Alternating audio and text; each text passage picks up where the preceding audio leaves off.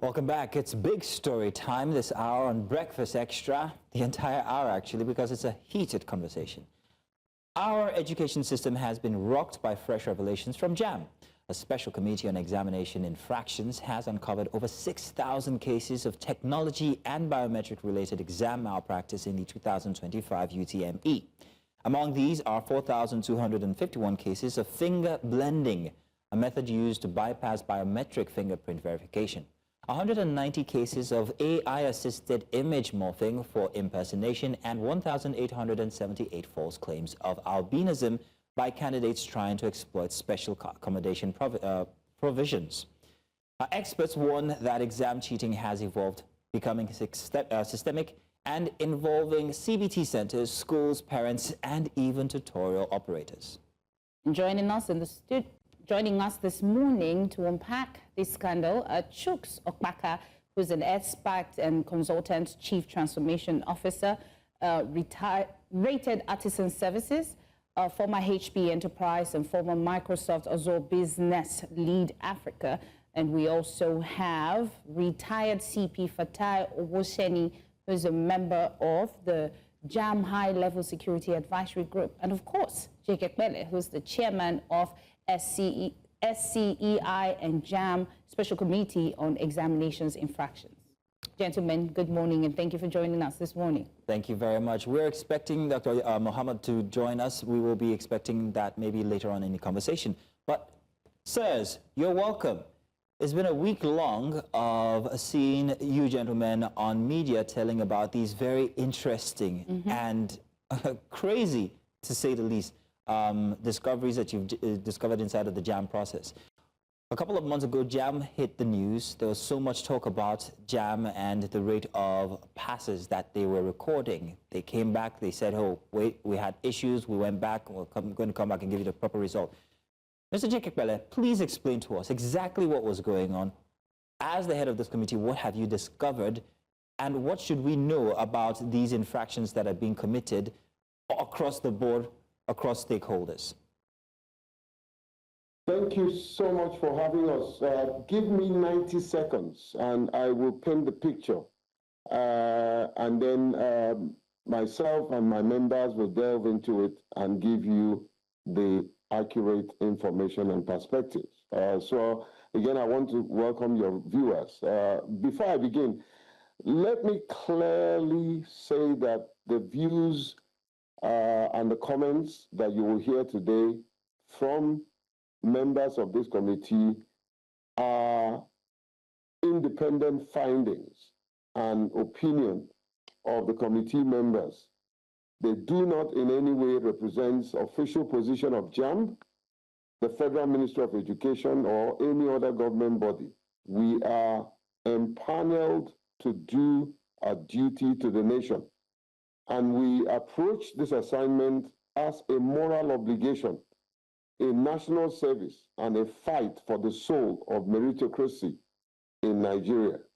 The committee investigated over 6,400 suspected cases of malpractices, carried out forensic analysis, visited centers, and engaged stakeholders to uncover how examination integrity is being undermined. Our finding shows that technology is now being weaponized for fraud. We discovered over 4,200 cases of finger blending, where biometric fingerprints were altered to allow impersonation. At least 190 cases involving AI-driven image morphing, tracking facial recognition system. We also uncovered remote server breaches, backdoor codes in exams software, and the use of hidden smart devices. Simply put, malpractice has moved from paper smuggling to advanced cyber fraud. Beyond technology, we saw weak regulation of CBT centers, collusion by staff of this CBT, pressure from parents and school, and poor enforcement. This is no longer just an exam issue, it is national security concern. I will delve into our proposition in the cost of time, but we propose AI biometric safeguard, stricter audit of CBT centers, stronger prosecution through special tribunals on special courts on malpractices, and national integrity campaign to shift cultural attitude. Examination body must invest in forensic technology, work closely with security agencies, and prosecute offenders swiftly. If we lose integrity in education, we lose the foundation of our future. The committee has shown light. Now it is up to JAMB, government schools, and indeed all Nigerians to make sure that merit, not manipulation, defines our children's future. I think I will stop here. I took time to make this as an opening statement and to set the ball rolling, and to say that myself and my distinguished members, that I'm very proud of the report we have submitted, and we will defend every iota of it. Thank you very much. Thank you very much, sir. So thank you so much, Mr. Epelle, for giving us the background of the whole committee and your investigation. My question would be to Mr. Chuks. Mr. Chuks, we just heard about finger blending. I believe I myself wasn't sure what that is. So can you tell us exactly what finger blending is and how is it carried out in a real exam center?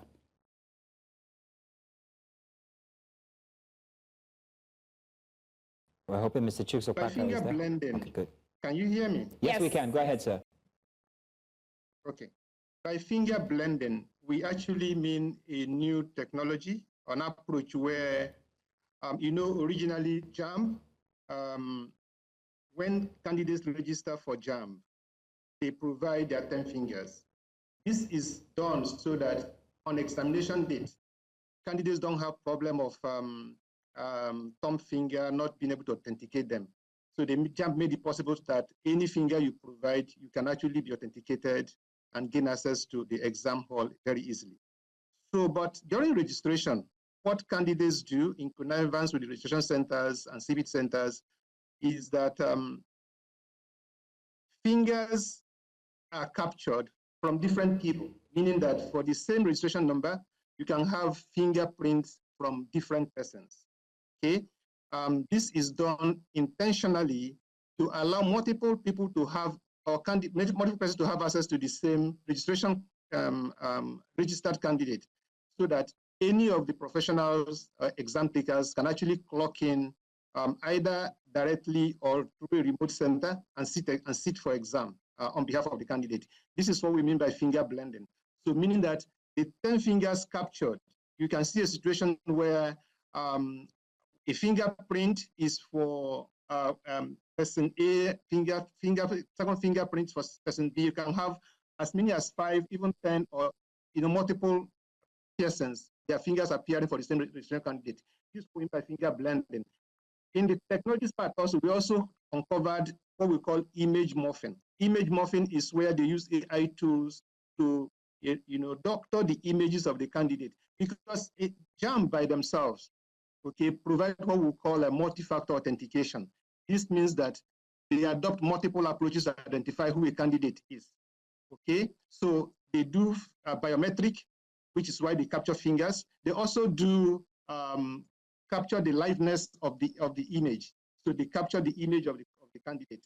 So, but by image morphing, we have seen situations where a part of the image is for maybe the face is for candidate A, and then another part is for another person. So the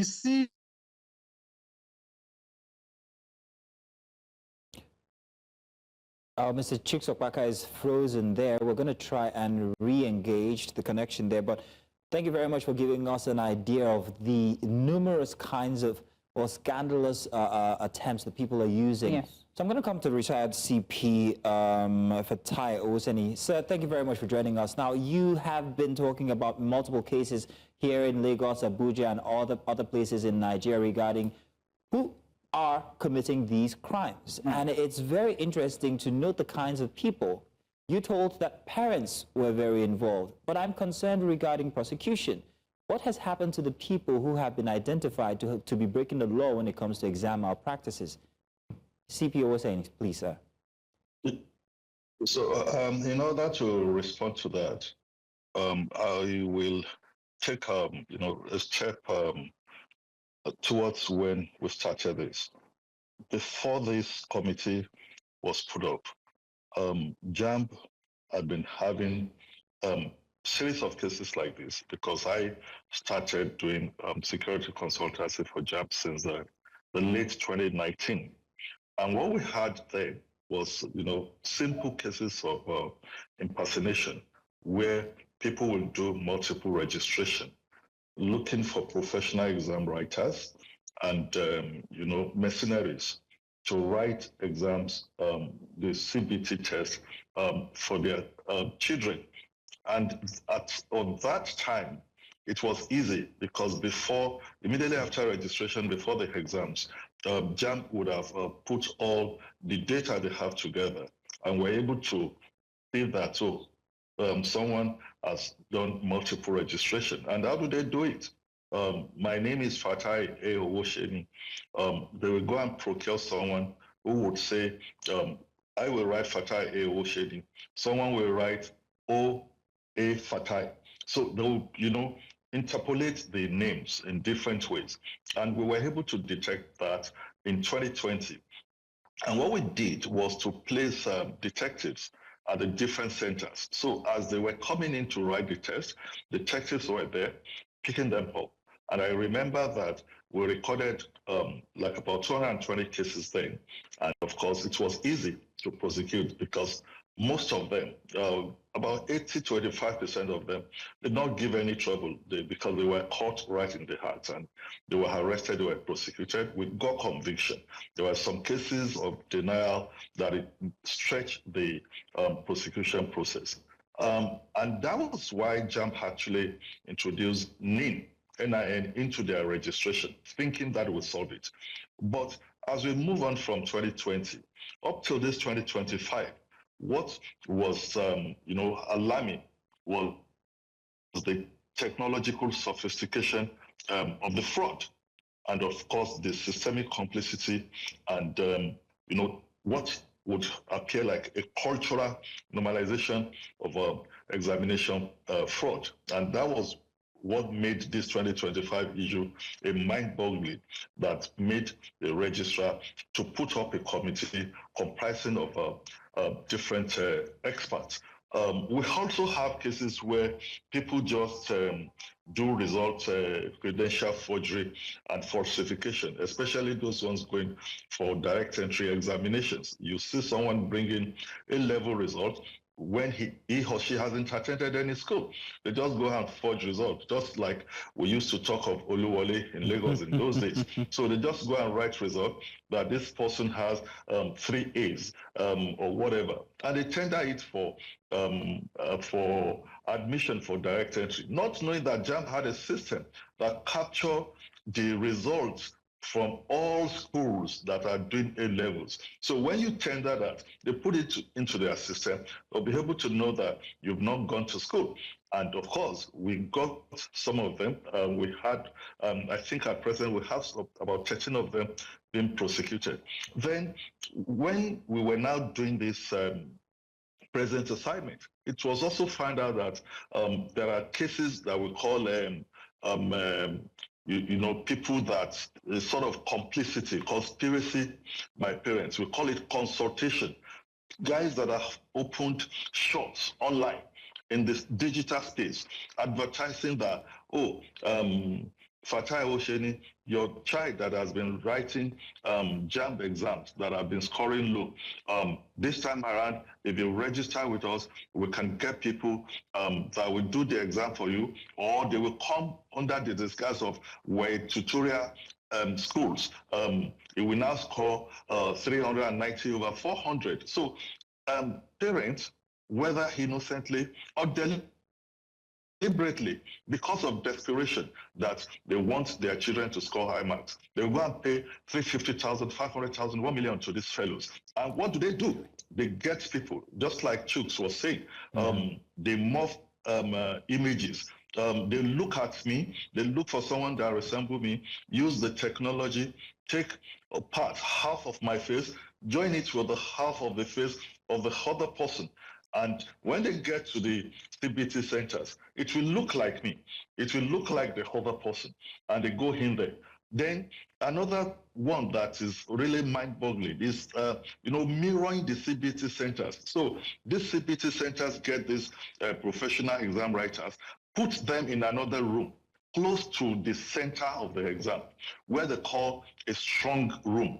So they use the VPN, the network that JAMB has given to them, to network it to another room. So those criminals, the suspects or the offenders, they sit down in that strong room, writing exams for the candidates, their clients. So they will just tell the client, look, they can catch you if you remain idle in the exam, or just be moving your mouse as if you are doing something. Meanwhile, the exams are being remotely written for them in that strong room. So, and since it's a computer-based thing, it's just for them to press submit.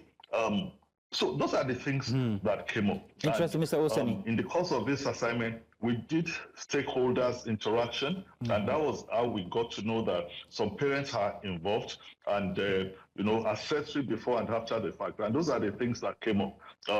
Those ones that require to be picked up and be prosecuted. The joint team is working on that, because JAMB work with the police, the SSS, the ICPC, the National Cyber Crime Center. We've been doing this for the past years, and of course we are strengthening this in order to let them know that all the methods they're bringing in, although in the digital world, because of the anonymity behind it, it is difficult, but at the same time, we want them to know that whatever steps they are taking, JAMB is already ready for them, and that is why we're clamoring that government should take this as a very serious issue. There's plenty of hope in the last statement you made, sir. Thank you very much for that. But the amount of time, the sheer amount of time that it took you to explain and tell us the different ways that these infractions are being committed is mind-boggling. And one has to wonder how long it took it to evolve until then. So, Mr. Jake Epelle, I have to ask how far back this rot goes.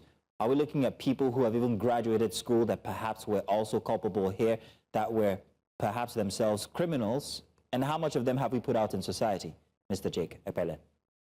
Hey, Maxim, let me, my colleagues have done very, very insightful analysis and interrogation of what we found out. I think there was one more thing I wanted to chip in before I answer your question.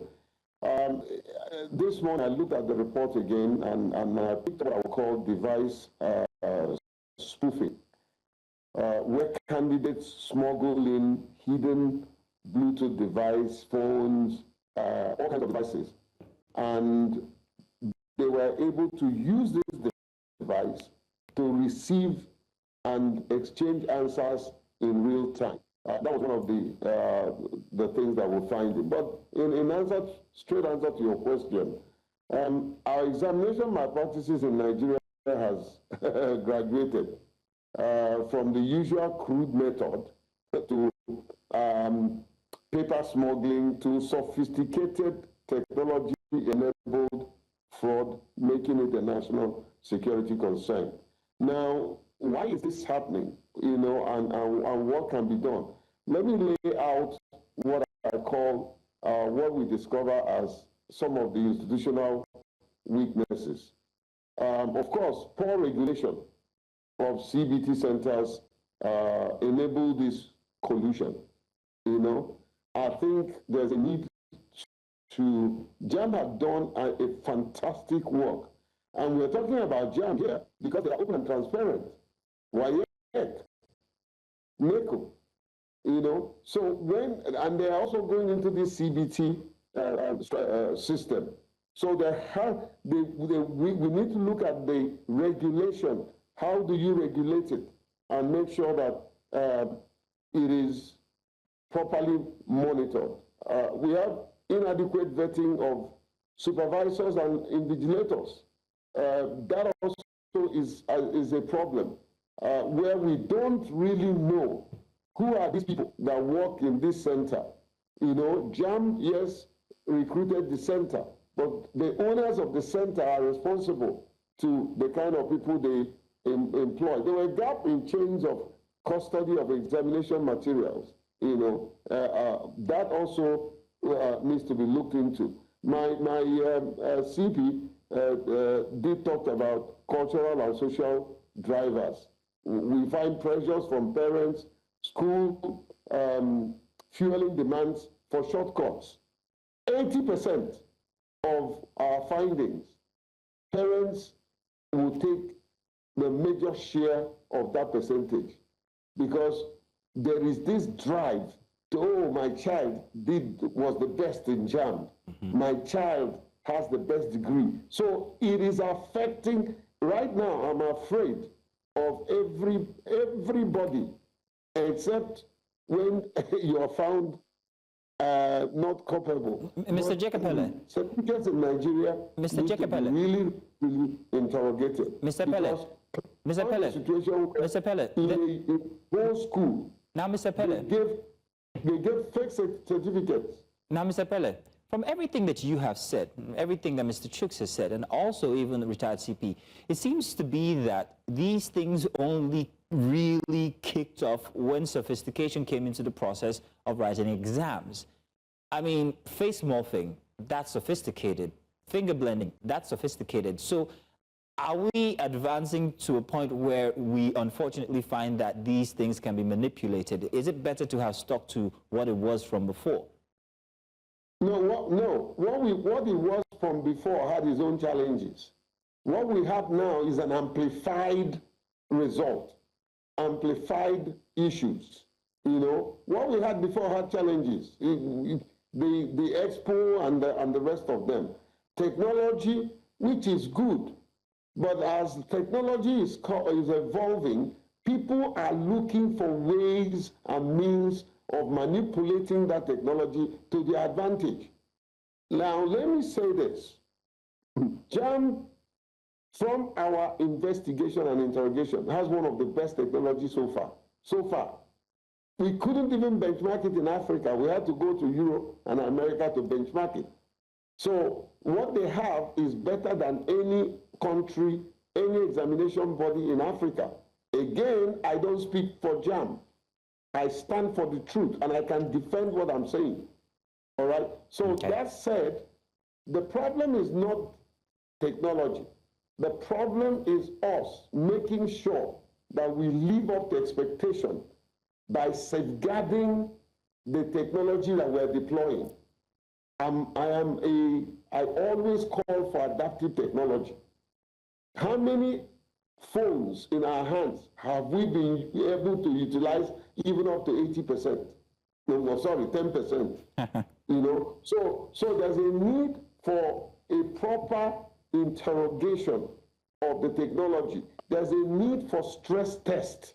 So when technology is deployed, you do a stress test. You know, you deliberately have people trying to hack that thing and find out where the issues are. And JAMB has that. JAMB has a back end, a very strong back end interrogation method, you know, that they use in detecting this. That's why we were able to uncover this. If they didn't have it, we would have been at lost.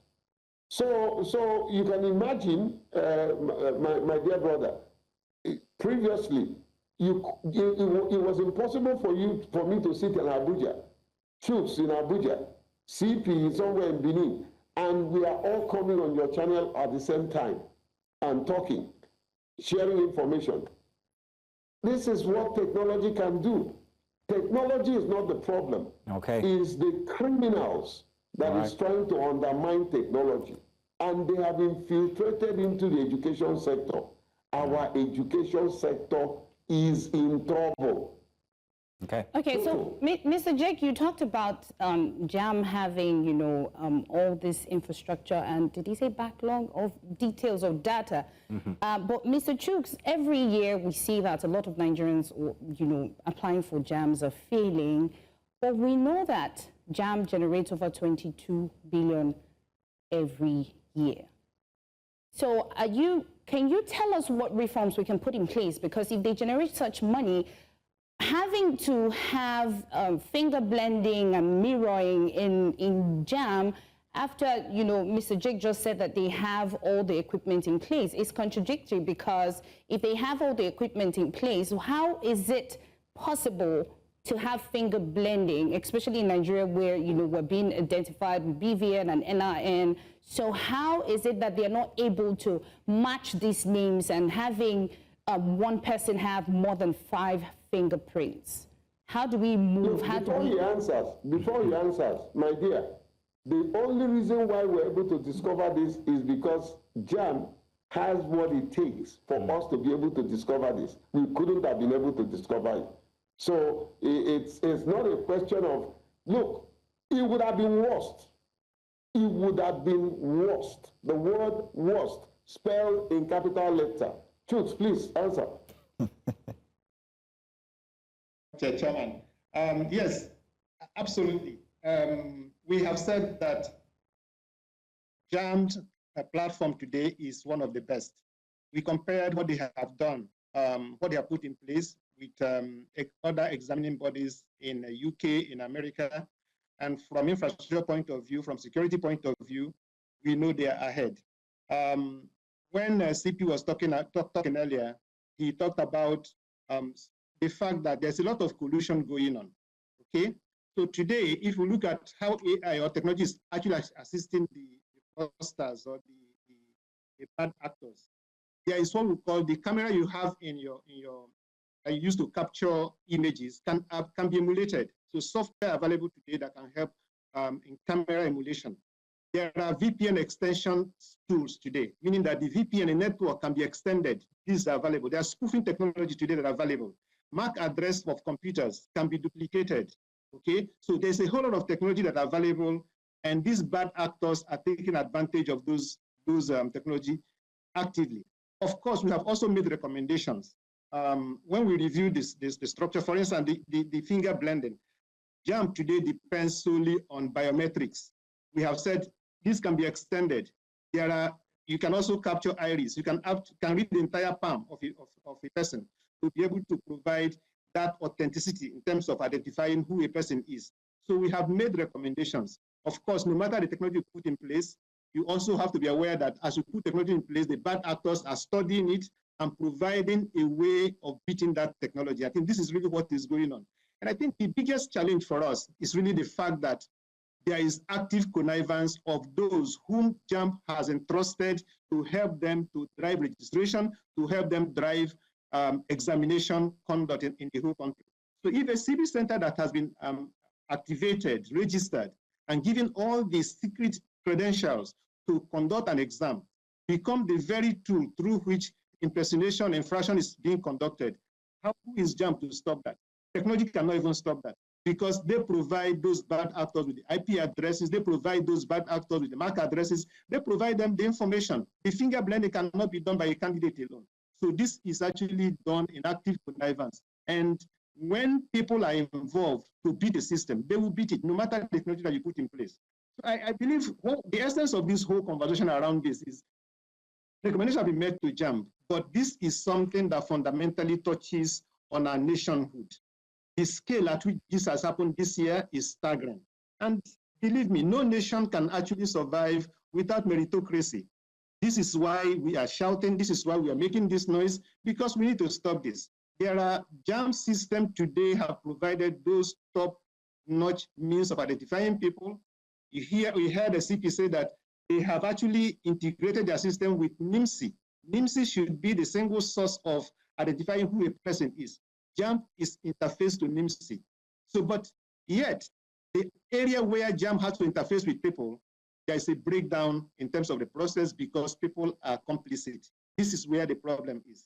And this needs to stop. This is why we are shouting. This is why we are making this whole noise, is that we cannot live, we cannot survive as a nation with this level of fraud. We cannot survive as a nation with this level of infraction happening in our examination system. This needs to be stopped. Mr. Chuks Okpaka, I'm happy that you mentioned that interface. And I'm sad, however, that Professor Mohammed is not here with us. But we're going to take a break now. When we come back, I will pose his question to any of you to answer, because it's a very important one that we need to answer. Let's go on a break. We'll be right back, gentlemen.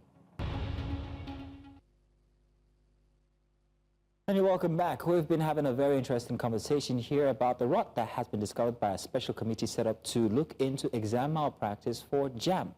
We've had with us here this morning Mr. Jake Epelle. Not just him. Mr. Jake Epelle, by the way, is the SCEI JAMB Special Committee on Examination Infrastructure Chairman. We also have with us retired CP Fatai Owoseni, member JAMB High Level Security Advisory Group, and also Mr. Chuks Okpaka, who is Expert Consultant, Chief Transformation Officer. We were also supposed to be joined by Professor Muhammad Yahuza Bello, former VC, Bayero University, Kano. Unfortunately, I think the networks had other plans. But I'm going to pose a question to all you gentlemen. Maybe you could take it one after the other, or perhaps maybe just one of you. There's something that in all of your conversations that you've had across media through the week, there's something that has been less emphasized, and that's the role of parent-student awareness. What reforms will your committee suggest that will help parents or students come to the awareness of what JAMB is expected of from this process, so that JAMB moves away from publishing, for defaulters, to actually getting to the root of the problem here, to instead of waiting for these infractions to be committed, they already have created awareness, and people know exactly what they're supposed to do and not do when it comes to JAMB, and the consequences should they choose to go against the law. Let's start with you, Mr. Jake Epelle. Okay, you decide who will. From the last question before. A proper audit and accreditation of those CBT centers is important. There may be a need to begin to think and tweak the possibility of having one central examination body for either JAMB or WAEC and all that is well regulated. There's a need to invest in forensic technology that makes cheating harder than passing the exams legitimately. You talked about parents, and I'll zero in on that, and I'll make my last statement so that my colleagues can make. We have called, you're not absolutely correct to say we haven't focused on what should be done when it comes to parents' engagement and all that. We have called for a multi-stakeholders collaboration, JAMB, WAEC, NECO, school, parents, and civil society. We must share these responsibilities together. We did call for Integrity First campaign, where there is proper sensitization and dissemination of information. I don't think that any committee in JAMB has been so vocal in the media like the committee that I'm very privileged, but I'm very proud to chair. We came out and we are telling the nation as it is, without being guided by anybody. So there's accountability and sanction, prosecuting offenders swiftly to serve as deterrent. Let me allow my other colleagues CP, to share their thoughts. Mr. Owoseni, I think that was you. You media also needs to help us. Thank God for your MD. Martin, I know how hard you worked. Martino, right? Yes. How hard you worked to get all of us. That's the kind of journalism we need. We need people to desist from gutter journalism and practice journalism that informs accurately, leaving sensationalism behind. That's not journalism. That's gutter journalism. Thank you very much, Mr. Jake Epelle. CP Owoseni, sir, you were going to say something, if I'm not mistaken. Thank you. Before we went on break, mention has been made of, you have a name, you have BVN. How were they able to do this? You'll be surprised to hear today that some people have manipulated the NIMSI process. Wow. Some people have double name or even triple name.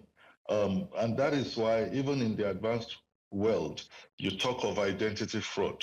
So JAMB had been taking steps before now to have collaboration with NIMSI in order to check this. Because in the course of interrogating some of these offenders and some of the candidates and their parents, which we did randomly, some actually would tell you straight away to say, when I was doing my registration, I was born in Kano. I've been doing everything that using Kano as my state of origin. But when I was doing my registration, someone say, oh, for certain reason, I have to use where my father comes from. And my father is from Osun State. So I had to, employ people to do another NIN for me. So as of today, there are people that have to name.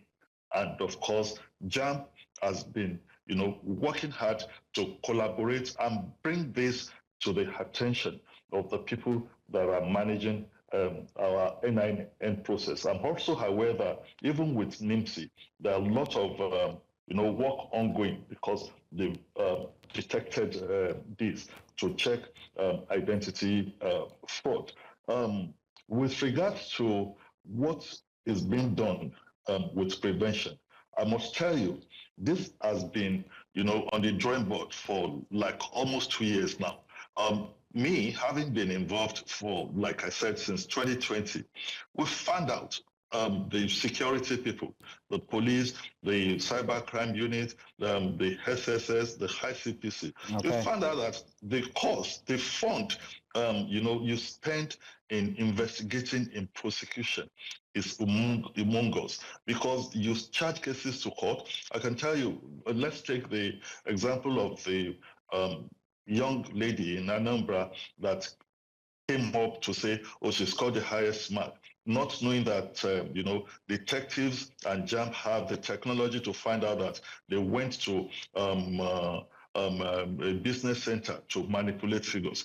That case has been in court, and, JAMB has to sponsor the investigating officers, the witnesses, the key witnesses in some cases. They move from Abuja to Anambra and different places. You get a court, court will adjourn. It is expensive, to carry out investigation and prosecution in Nigeria.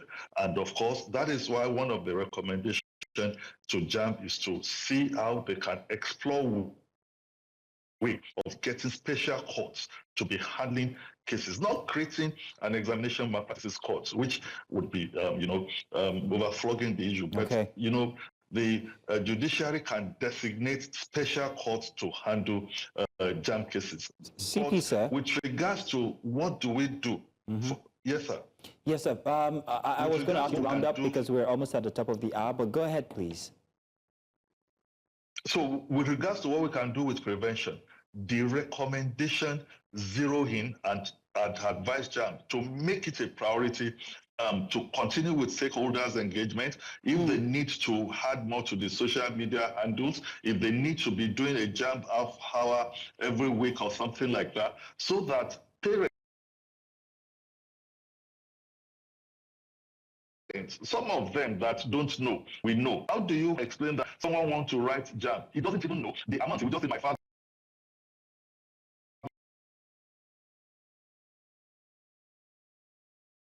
had paid 9,000. He does not even know what is the cost of the JAMB registration. Some have not even read book of JAMB. So that's why we say, I think sensitization and stakeholders collaboration, town hall meeting should be prioritized by JAMB. All right, gentlemen, we are out of time, but I can't end this conversation without asking Mr. Chuks Okpaka whether it is possible to have an entire body run examinations in Nigeria, whether it be JAMB, WAEC, NECO. You have just 30 seconds, so what do you think? Is this possible, and would it help the situation? I think whatever policy we want to put in place, remember that it's called like something here is the human element. I think the human element, if people are morally sound to do the right thing, ethically sound to do the right thing, we'll be able to solve, no matter how we want. The way it's working today, I think it is okay to make it more effective if people are morally and ethically sound and want to support the process. All right, we made those recommendations to JAMB. I think it's about the human element. If the human want to do the right thing, they will do it, and it will work for us, work for everybody.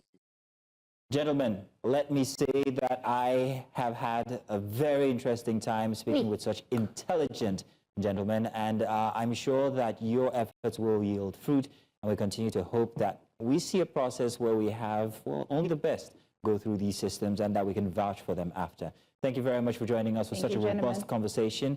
To all three of you, and even Professor Mohammed, who couldn't join us, thank you very much for accepting the invitation.